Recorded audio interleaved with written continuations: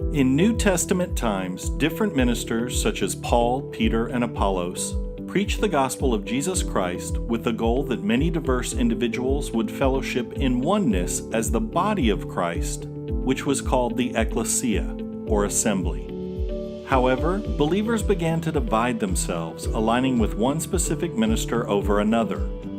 Paul rebuked them for this, reminding them that the body of Christ should never be divided. However, it's become the norm today that ministers gather people in their own churches while the oneness of all diverse believers is ignored. Although it's scriptural to have a variety of ministers catering to specific groups of people, there should be no division between individual believers because there is only one saving faith: belief in Jesus Christ, the Son of God, who became man, crucified for the sins of humanity, resurrected on the third day, and who is Lord of all. Thankfully, in Romans 16, Paul provided a solution for building up the ecclesia in one fellowship among otherwise segregated groups of Christians. He charged believers to continually greet one another. By greet, he didn't just mean to say hello.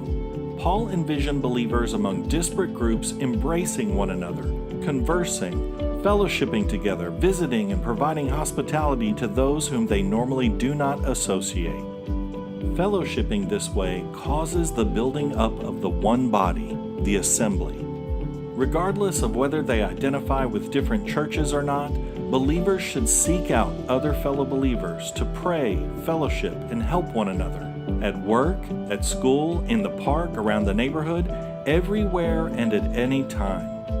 Whenever dissimilar believers love one another in their daily lives, it testifies to the world that Jesus Christ is alive. The assembly is manifested when believers are liberated to gather in each other's homes for meals and fellowship. It is not because they are the same or they go to the same church, but though diverse individuals, they are one. This organic oneness will cause the world to believe in Jesus Christ.